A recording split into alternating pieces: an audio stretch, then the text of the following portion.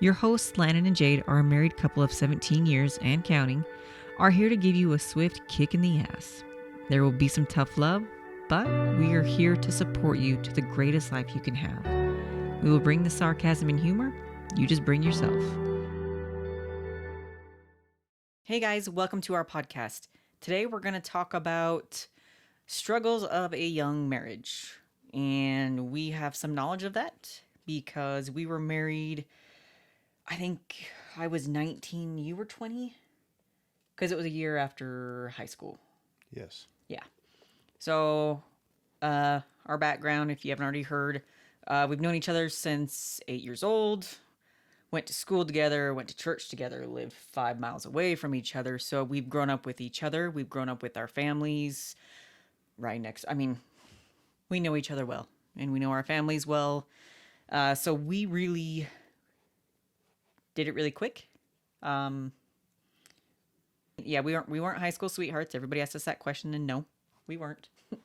But we dated after high school, and we date for like 6 months, Yeah, 6, 7 months. and then we were engaged for only, I want to say only 3. Yeah, so we were quick. So we've been married for 17 years this year. Basically, been together 18. And then known each other forever. So yeah. So we have a little bit of experience in that. And one of the biggest things you're going to hear is that everybody thinks that they know you, they know your spouse, they know what's best for you, what's not good for you. And the hardest thing I think is at that young age, you're really impressionable. Maybe you're still really close with your family, really close with your friends. You haven't learned to be together as a unit. You've still got all this noise around you. You've got everyone telling you what to do, what not to do. So we want to kind of talk about basically what we went through and the things we think are going to help you probably to traverse through that and get on the other side and really get together and make yourself a team. So I think when we were engaged, I know I heard a lot that it was really quick. Did you hear that from your family or friends or anything? Yeah, that's, expected. Only dating so long, and saying you're getting married, and especially when you're married 19, 20 years old. Yeah. And I think when we got married, that's kind of the era when kids weren't getting married that young. Like it used to be back in the day, people were getting married really young. I mean, that was just the way it was. When we come from the religion we came from, we grew up in, it was a little bit more common, I think, but it's still, we didn't follow the trend that everybody else was doing, I think, and that's kind of why it was weird. And since we've known each other for so long, it was really kind of like it was a shock, I think, when we started dating, because we had never really shown interest in each other romantically in that way. Because, like I said, we've known each other forever. We've always kind of been in the background of each other's lives. We see each other every day, basically, except for on the weekends. And, well, basically, Monday through Friday, we went to school together. On the weekends, when we were older, if we didn't go to a party together, we were going to church the next day, which really wasn't a good thing to do, but that's what we did. So, yeah, I do think that it was, like you said, it's kind of expected to hear that. And we kind of knew it was going to be expected. So it's not like we let that deter us very much. We were very, I don't know, it felt right when we were dating, and it felt right to take that next step. And we were very strong in that decision when we made it. We were very much like, okay, we want to do the next step. We want to get married. What anybody thought or said didn't really mean a whole lot to us. So definitely, I know I heard that a lot. So then after we got married, I still feel like as it went on, there were still those conversations of, are you sure? Or, I don't know. I just kind of felt like it still follows you everywhere because you're young. And when mistakes happen, that's like a big, well, you can get out now. It's okay. You can get out. You can blah, blah, blah. Like, I just think people are a little bit too involved with other people's lives, even the family members. It's one of those things, I think your parents get involved with it just because you're young and they're trying to teach you how to be married or how to be together. But I think the big thing your parents don't understand is you're not them, Yeah. and your personalities are different. And if they try to make you be like them, it's not going to work because they're trying to make their personality the way they work, make their marriage work to where you make your marriage work. And mine and your personality is not the same as your parents' personality or my parents' personality. So learning from them, some aspects is good, but others doesn't work for us because we don't mesh that way. We don't do those kinds of things and we don't get along that way. So, I mean, in the beginning, I think it was more prevalent because, I mean, when we first got married, we lived with your parents for, I For don't know, months. few months or whatever. Then we lived with my dad for a few months, and then we got an apartment. And you live in the same city, so every little problem you have, you you talk to your parents, Mm-hmm. and so they're giving you their opinion, but not that their opinion's wrong, but doesn't mean their opinion Is right works either. for you. Yeah. So I mean, it's hard when you're first married, just because your parents want you to succeed, but they're giving you life advice off of them, and you look back at it and I hear this quote from these people or this guy, I don't know where it comes from, that says that you should never take advice from anybody that's not living the life you want to live. Mm-hmm. So, I mean, you don't know that when you're young. Um, you're looking for advice to how it works, but when you have a problem in your marriage when you're young, that's something you need to start working out on your own. You need to work that out with each other instead of running to your mom or your dad or whatever, because they're going to give you their advice and it may not work for you. Yeah. So sometimes I think instead of letting that relationship grow, your parents or whoever it may be gets too involved and pushes their way on it, Mm-hmm. which pushes one of the married couple away because they're getting that set of relationship rules or whatever pushed on them and it's not working. Yeah. Isn't there? I swear it was like either a quote or a reel or something we watched, and a guy said that his daughter, like he doesn't want his daughter needs to go create her own family, Right. kind of thing. It says once you're married, you need to create your own family. Like, yes, we're still your parents, but you're creating your own family to where you need to be able to work out your own problems and marital problems together and grow that way. Because I don't want to turn into my parents and you don't want to turn into your parents. And if you're constantly living off of their advice, You that's who you're become turning them. into. Yeah. And there's a lot of things that your parents do or my parents do that I don't agree with. Mm-hmm. And that's not the way I want to live. And it took us a long time to figure out Yeah. you have to push the family to the side for a while and learn just this is how we need to deal with each other. How do you react when I do something? How do you or I react when you do something? So it's until you can learn to figure that out on your own and shut the door with everybody else and just keep them out.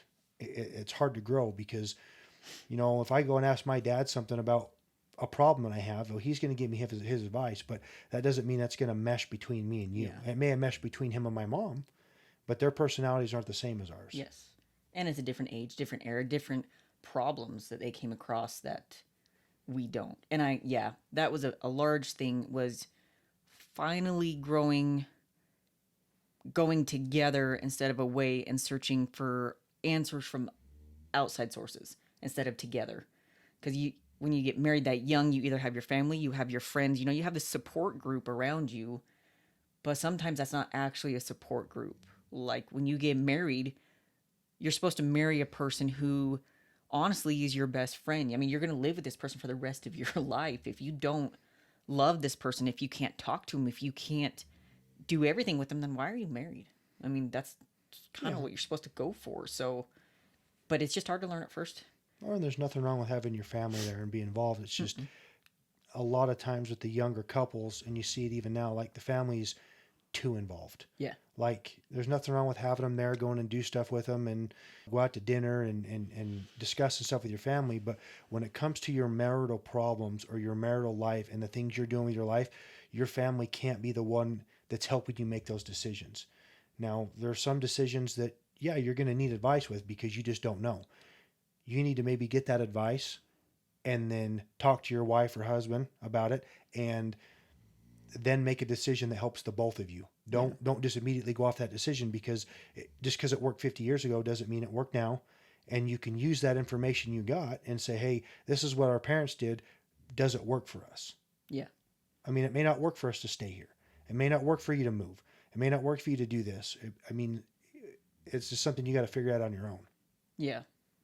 Yeah, I agree. I think you lean really hard. We see somebody who's, been in the situation that you're in now, so you think that they have all the answers. And so you lean on them really heavy. Well, It's not the best. too, I mean, there's that. I mean, there's not a whole lot of other people we had to go to other than your parents. Because, see, when we first got married, all of my friends went off to college, and I mean, you had a couple friends that stayed here, but they got married too, and they kind of shut you off because they started their own life, and we were doing our own thing because, I mean, I didn't go hang out with my friends. You didn't go hang out with your friends. I mean, even now today, there's not a lot of people that we go hang around with Mm-hmm. other than us. I mean, we do everything together. We don't, I'm not going out with a bunch of guys. You're not going out with the girls. I mean, it's We just, hang out with couples. yeah, other couples, and we do stuff together. Like things you enjoy, things I enjoy, and we go do them together.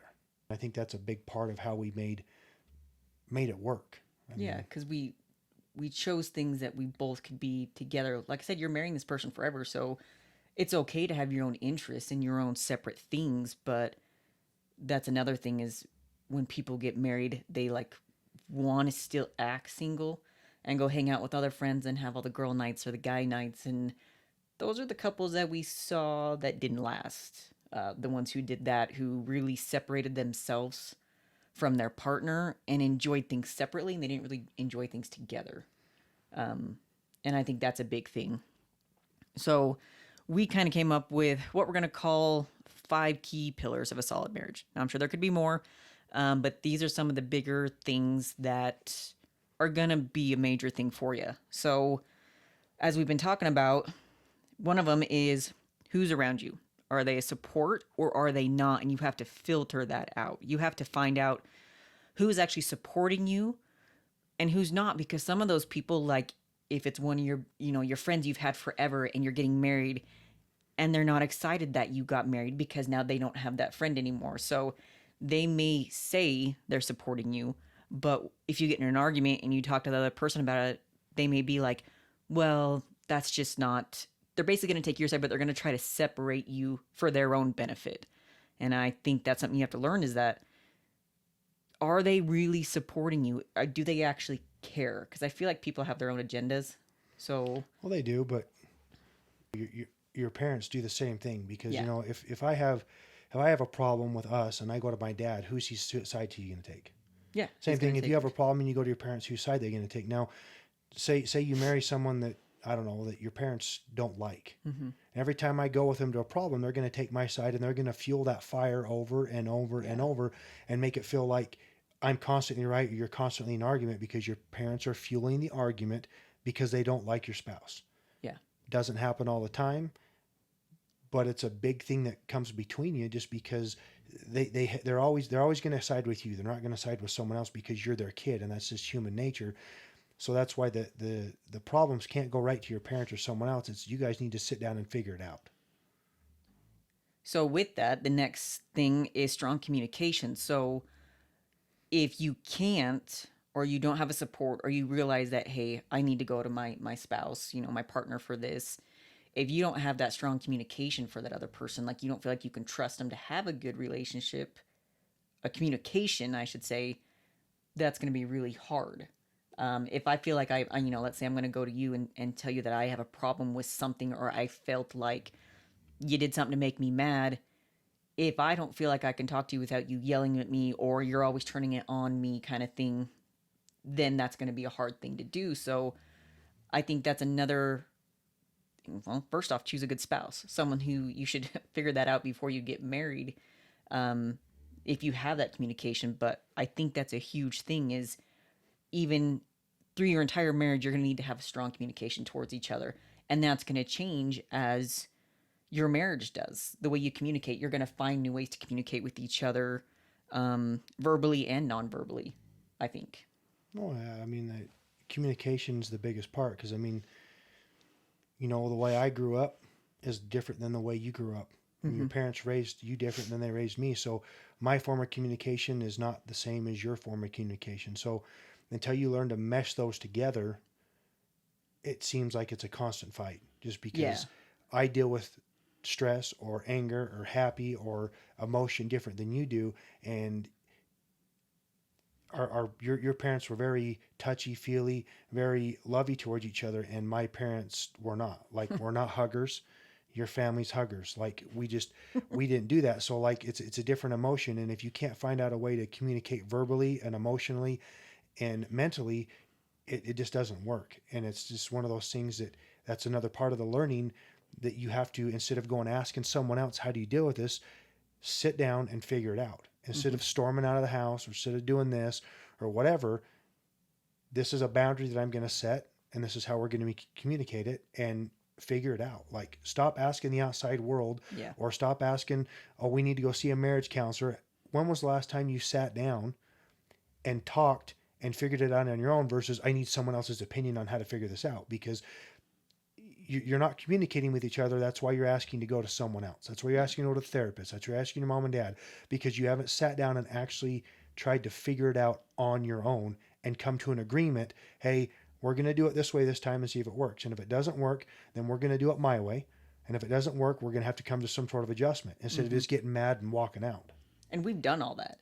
I mean, we've basically tried it one way, it didn't work, gone another way, it didn't work. So that's gonna happen. You're gonna try all these things till you find the one that works. So I think that's something that people don't realize, is that it's your first years of marriage are just figuring each other out, figuring out how to live together, how to communicate together, how to create this life. Because, like you said, when we first got married, or even while we were dating, yeah, you didn't have a touchy feely family. My family's very touchy feely, as in the fact of, when you leave, you always hug each other. You give each other goodbye. You hug. We're very open, very talkative. My dad uses pet names. Mine is the total opposite. He doesn't have that. So I think the first time, that first little bit of being married, every time we go to leave, he was the most awkward hugger in the world.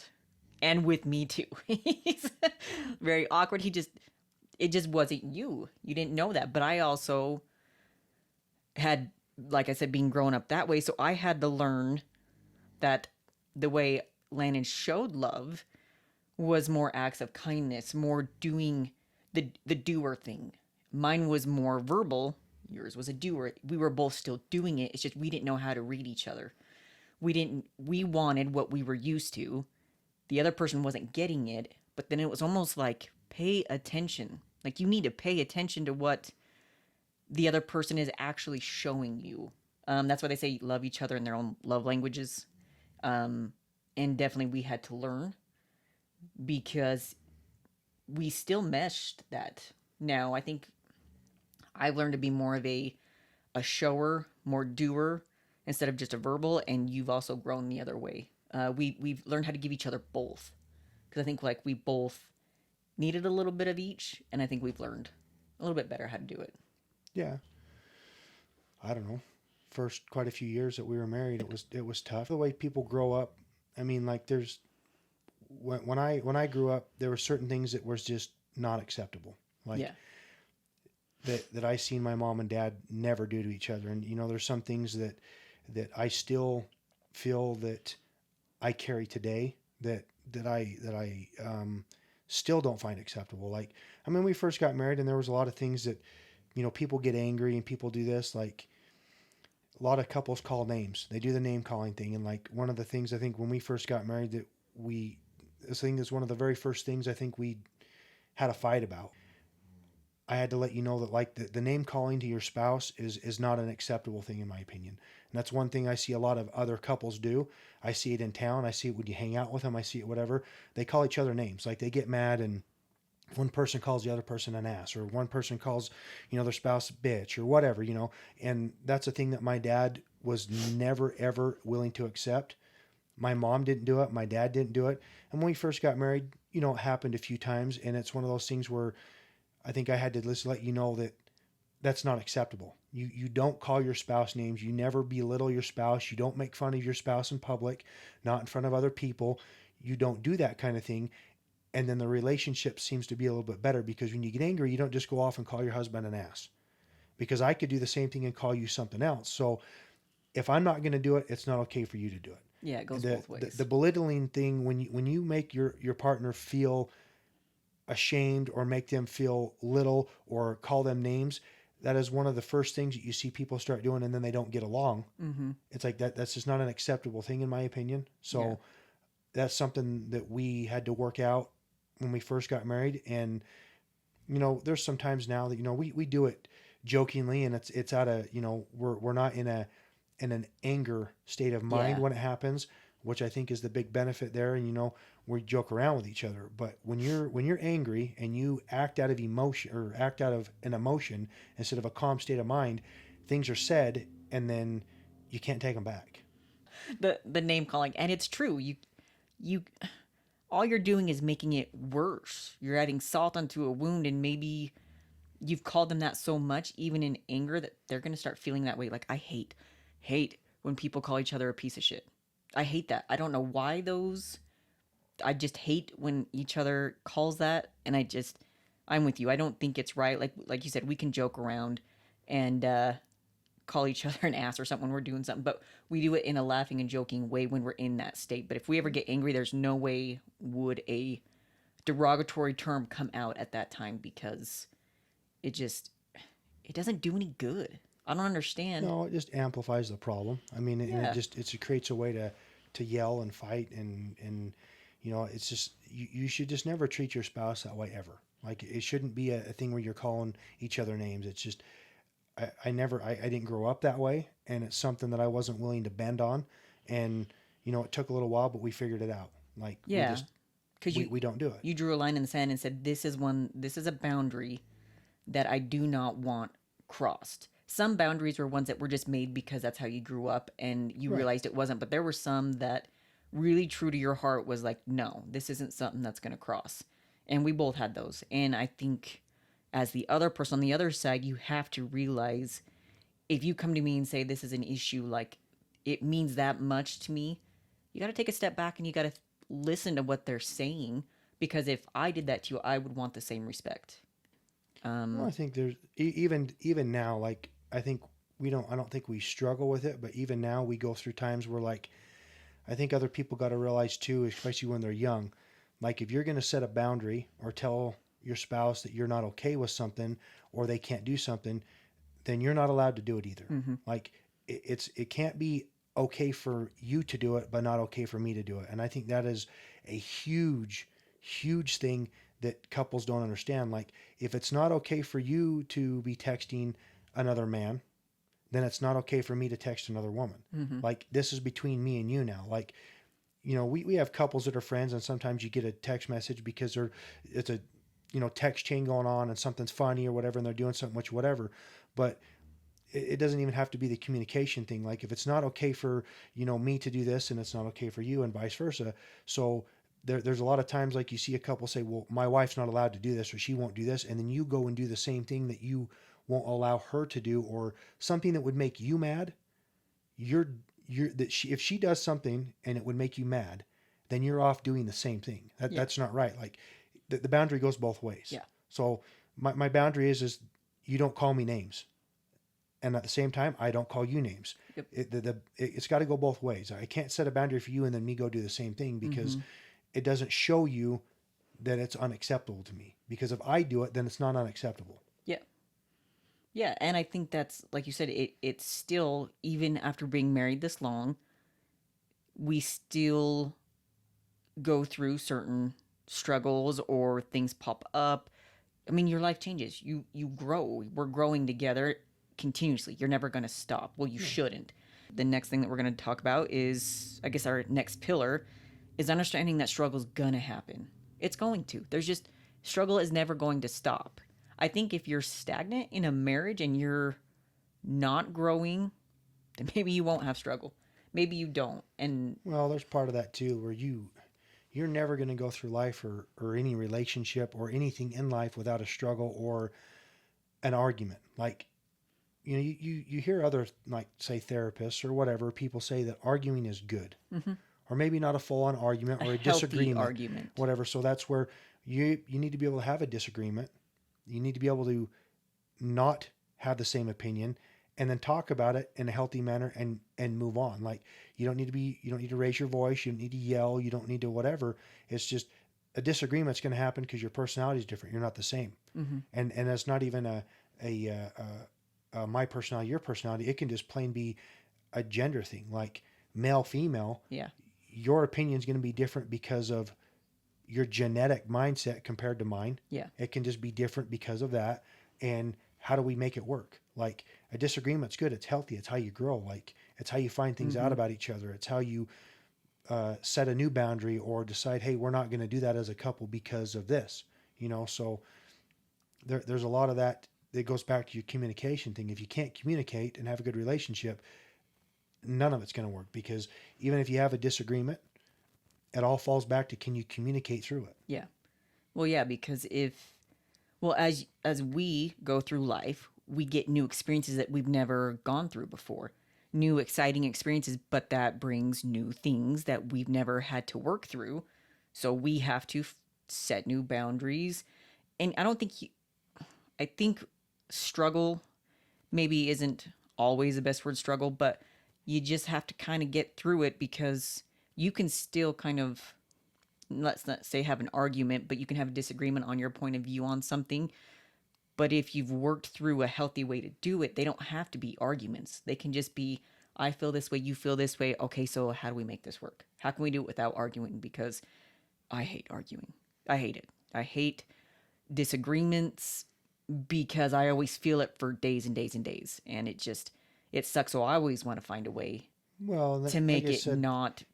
it's a big communication thing on that too, because you gotta realize that just because you're saying something doesn't mean your partner understands what you're saying. So Yeah. you need to find a way to put it into terms that they understand it. Yeah. Like I think the best way that I've ever found to do that with you is we've had a disagreement, or something that I don't like, or something goes on, and it's like I don't feel you're understanding where I'm coming from.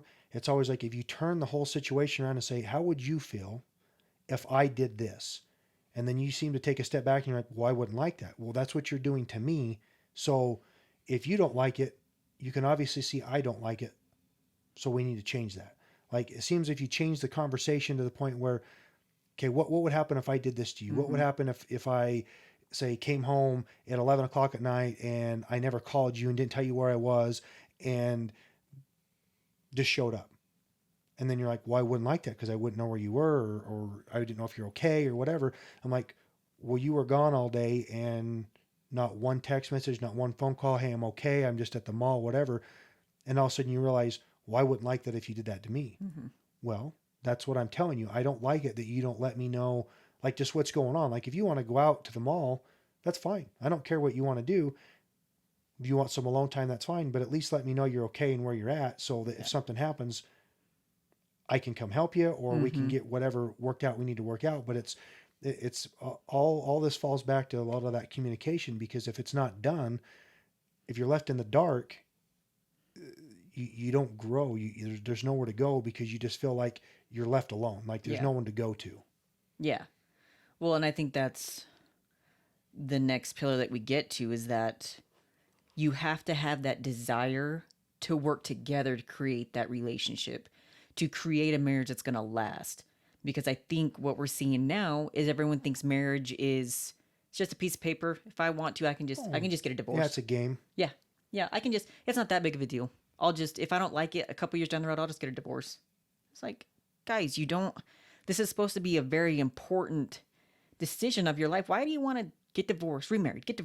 Like, why? I don't get that mentality. I don't. Well, people just get so mad at each other, they just decide, and then the name calling comes in, and they get mad at each other, and I can't live with this person, and this they just get to the point where they can't stand each other anymore, and they just decide to throw it away instead of work on it. There's a guy that I was watching on a podcast, and it made me think, of the generations before us, and not even my parents, but my grandparents. Their generation was very, if it's broken, you fix it. You don't throw it away. Mm-hmm. And our generation now is, if it's broken, you throw it away. And instead of Trade it in for fixing something new. the marriage and finding out what you got to do to make it work, if you love the person, you obviously did because you married the person. Yeah. So what started causing this discontent and this hate that made you go want to separate from each other? So why don't you sit down and figure it out and fix it? Like that generation, like my grandma and grandpa didn't always get along. I don't think anybody's grandma and grandpa always got along. No. But it's that generation. They're very stubborn. They're very bullheaded. But when something was broken, they fixed it. Yeah. And some people never fixed it. They just dealt with it because divorce was not an option Yeah. at that period, which is not a good thing either. Because you don't want to just sit there and not be happy and be Yes. mad all the time and just not get divorced because it's It's a just it's against the social realm yeah, it's a back then. black mark on So you. yeah, I mean you need to be able to fix that. If it's that broken, some relationships just plain aren't going to work. Like Well, and you there's made a bad yeah. decision, you're not getting along, but for the most part, fix it. Hmm. Like don't throw it away. Like do everything you can do, and then when you've done everything possible there is to do in a calm state instead of an emotional state, Yeah. in a Yeah. calm manner, sit down, and if you guys really can't make it work, part ways and do it civilly. They get in such a big argument and attitude, they bring lawyers into it and everybody else because they can't stand each other, they hate each other, and it's all an emotional decision. And then financials get involved. You know, they're splitting ties, they're splitting everything they own. Kids are Yeah. involved. Instead of doing it in a manner where, yeah, we're in a good place with each other. It's just we just don't get along anymore, and we need to go. But it never seems to end that way. I think I can Mm-mm. see maybe two people that I've known that have sat down and just mutually parted ways. Yeah. But maybe they sat down and they talked and they just figured, hey, this isn't working. I mean, you're never going to make everything 100% work. You're never going to be right 100% of the Mm-mm. time. So sometimes, yeah, we made a bad choice, Yeah. you know. But for the most part, I think there's a lot of people that could make their marriage work. But it's just too much work for them. Yeah, They want it to be easy and they think the next marriage is going to be easy. yeah. Or I'm going to find someone who's going to love me better. Or I'm going to find someone who's going to understand me better.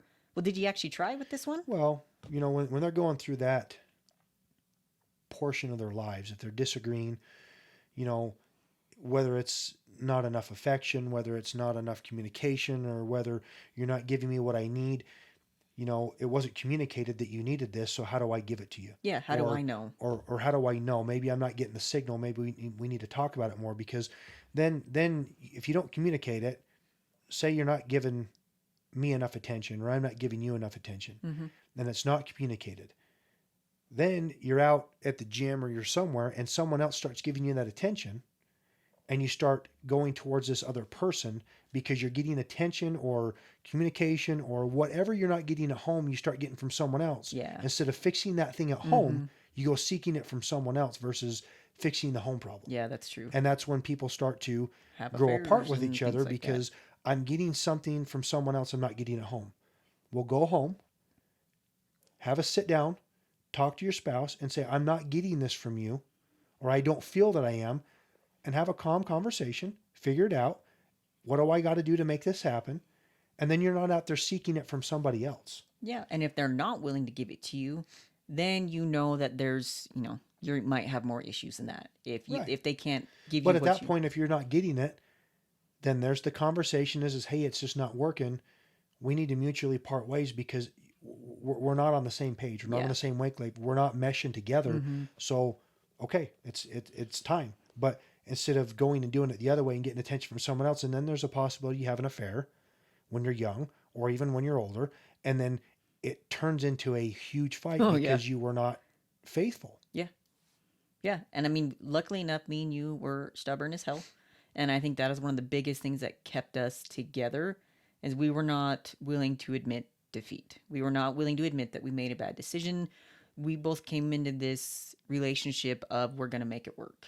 And we had, some good examples in our life. And like I said, we both knew at our core that we wanted to be together. We just had to figure it out. And, we did. And I think one of the things that most people don't talk about, which is our last pillar, is intimacy.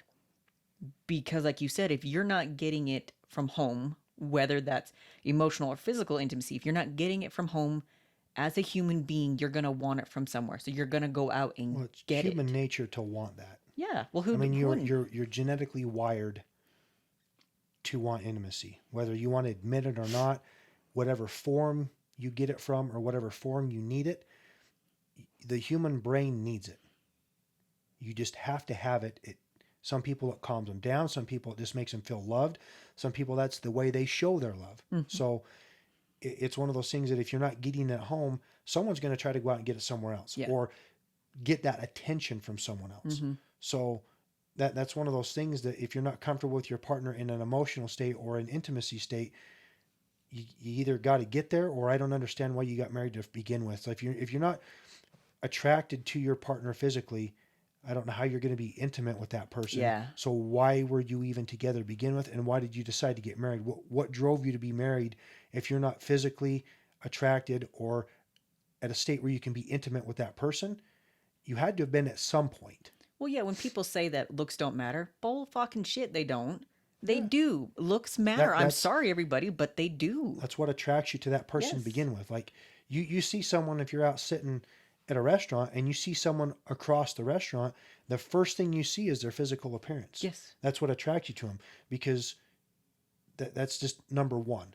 Now, if that person comes up to you and they start talking to you, you notice other things about them, like Mm-hmm. their personality or their voice or how they carry themselves or whatever else, and that may amplify that, or it could turn you off immediately. Yeah. Like, I don't like this person's personality, but Mm-hmm. they're she's very pretty, but she's got a horrible personality Yeah. or whatever. But number one is you see them. It's like, oh, she's attractive. Well, she's got a horrible personality, so it turns you off. So you have to be somewhat physically attracted by sight to that person, or why did you get married to begin with? Mm-hmm. Yeah, and I think that's part of another part of when you're intimate with each other is I think that's kind of your responsibility too, is you need to take care of yourself so the other person continues to find you attractive. Not, I mean, for yourself first of all. You need to love yourself. You need to look in the mirror and say, I think I'm pretty today. We all struggle with that, but you have to love yourself enough to take care of yourself, and then your partner needs to find you physically attractive as well, Well, because yeah. if you're fat and ugly and you don't take a shower, who wants to touch you? Well, I mean, Nobody. when you first get married when you're young, you put off a certain appearance. Yeah. And then in 10, 15 years goes down the road, if that appearance changes, People let or themselves you go. let yourself go just Mhm. because you got married, and then you just think, okay, well, They we're have to married love me anyways. because we're married. That's Well, bullshit. that's not who I married. Yeah. And when you start letting yourself go, the physical attraction goes away, the intimacy goes away, and like you expect me just to feel the same way about you that I felt when we first married, when this is not what you look like when we first married, because you decided to let yourself go. That's not fair. And that's not the only reason why that stuff happens, or why No. whatever, but some people just overall just get lazy and don't take care of themselves. Exactly. They think that it's okay when you get married. Well, now I can let myself go. Well, Right. that's not fair to you or to your significant other to do that. The women and the men who do that, and then when they bring up and say, "Hey, there's no easy way to say, hey, I'm not as attracted to you anymore." Trust me, there's other ways to go about that, but let's just say that's what you're talking about, and you get upset about it. Well, you're probably upset because you know it's true, but you're just too damn lazy to take care of yourself, to eat right, to exercise, hell, to put some makeup on, to brush your hair that day.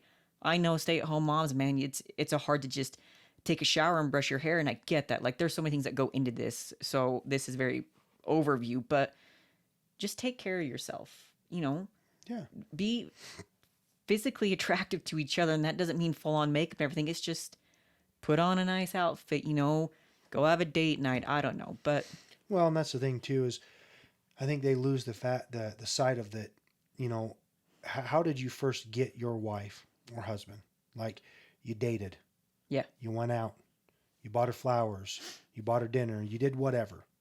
So the things that it took to get her or him, once you get married, don't stop doing those things, because you need to keep doing those things to keep her or him. So, I mean, when we were dating, like, you took you out to dinner, we went to a movie, you bought you flowers, whatever, so why stop?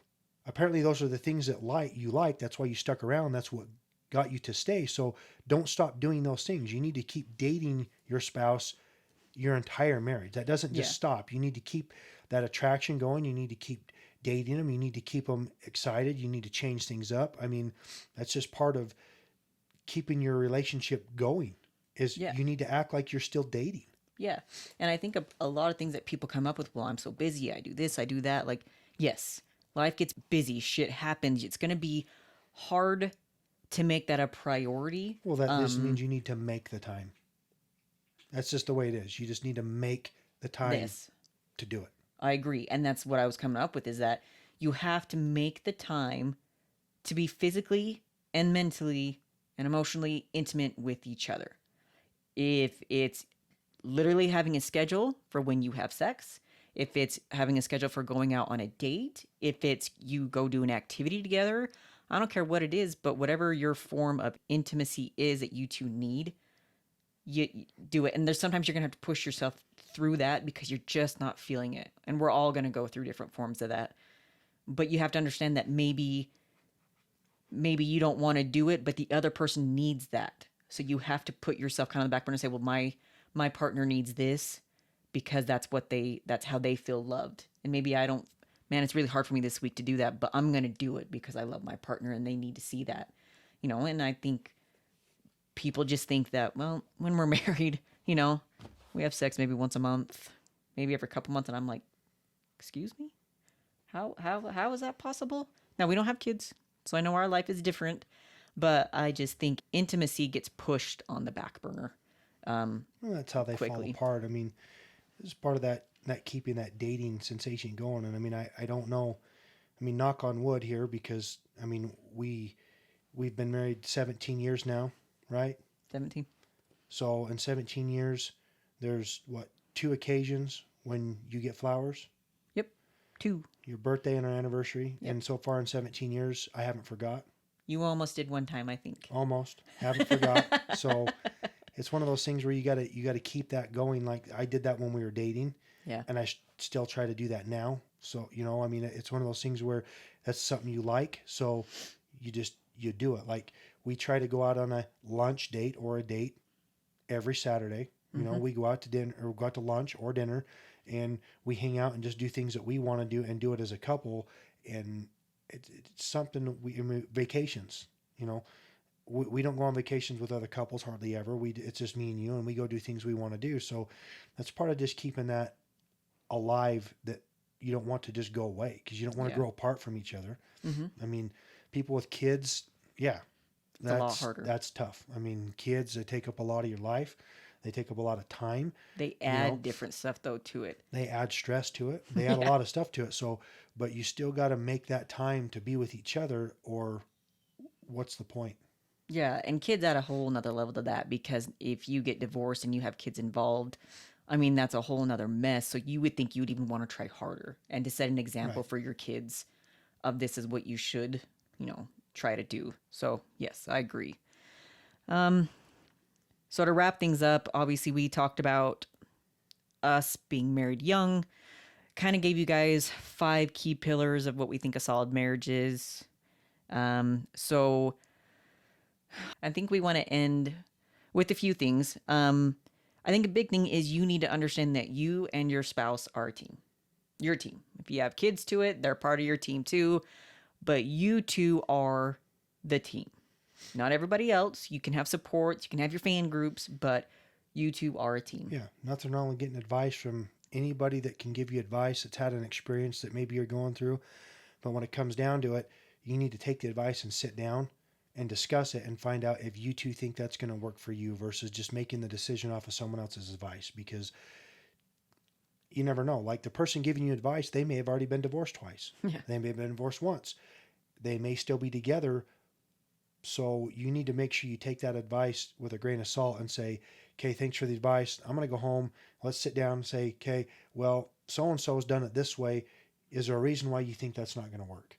And have that conversation and maybe try it. And if it's not working, then change it. But you guys, they need to, make sure that communication's there, make sure the intimacy's there, make sure you're trying to do a little bit of everything with each other so that just it stays. Like if it starts to feel like it's broken, sit down and discuss why you think it's broken and fix the issue. Don't just say we're done. Mm-hmm. Yeah. You need to learn to quiet the outside noise, whether that's people, whether that's social media. I mean, there's so many things that influence you that you're going to think you need to do or you're not getting, or, you'll see things on social media that say, well, if you're not getting this from your partner, then are they even, and it's such a load of shit. Some of the stuff that comes out on social media, it's people posting things that have never been married in their life, never had Well, a good relationship, and it's like, just people shut it believe up. everything they read online, everything they Yeah, read on everyone's Facebook and sheep. Instagram and Twitter. And there's nothing wrong with those platforms. You can learn from those platforms, Hmm.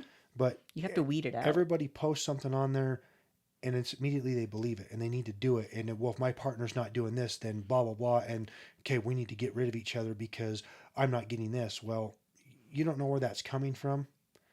It just could be some blurb of something or some Yeah, short bit of information. So you can't trust everything you see on the social media. I mean, you just need to take care of your problems with each other. yeah. Take care of your home at home, Yeah, not don't be outside. putting your problems out in the media. I Stop mean, doing that, people. people use Facebook and Instagram and all these other platforms and whatever. And it's not just Facebook and Instagram, it's not their fault, but they use these platforms to get attention. Yeah, They use them to put their problems out there. yeah. They use them to get attention. Oh, poor me, look what's going on in my life. Instead of doing that, why aren't you at home figuring out what the problem is and making things work for your husband and wife versus posting all over social media that, oh, my life is horrible. Mm-hmm. My husband did this, my wife did this, and all your problems so everybody can give you attention because you're Mm-hmm. seeking attention is all it Yeah. is. Like, stop posting it and fix it. You took the time to post it, so you obviously had time to talk about it and fix the Yeah. problem. I don't have time to do this. We had time to sit down and write a little post and post it. So yes, you did have time. Like, stop posting it and figure your problem out. It's because they want to be passive aggressive and they want to get that support group to tell them, you're right, you're right. They want them Right. right behind them It raising the feeds into your fist. And it's problem, like, feeds into get your over it. emotion, and then you make a dumb decision. Yeah, I agree. I agree. Stop posting your problems on social media. Stop. Just stop. And lastly, just put in the work. That's it. Bottom line, through all of this, bottom line is put in the work. I think in life, that's what it should be about. But put in the work with your relationship and put in the work with yourself to have a healthy relationship. You, I think that's the biggest thing is that it's not easy. It's not a quick fix. It's work. Oh, your marriage is going to be work every day, Mm-hmm. every week, because you live with a person long enough that there's going to be certain things that are going to start to irritate you back and forth about each other, but you got to work through it. I mean, this is a thing you're going to have to work constantly. It's not just going to happen. No. And I think people get tired of putting in the work and they need to just take a step back. They need to take a step out of the problem and look at it from a different waypoint and say, how do I make it work? Yeah. So we hope you learned some things from us. Maybe you've gone through some of these things. Maybe you have some of your own stories. We would love to hear from you. Maybe hear some of your own things. Love to talk about some of the things that you have. So if you've got any of that, catch us on our website, on our social medias, and connect with us. And we'll be here next Wednesday.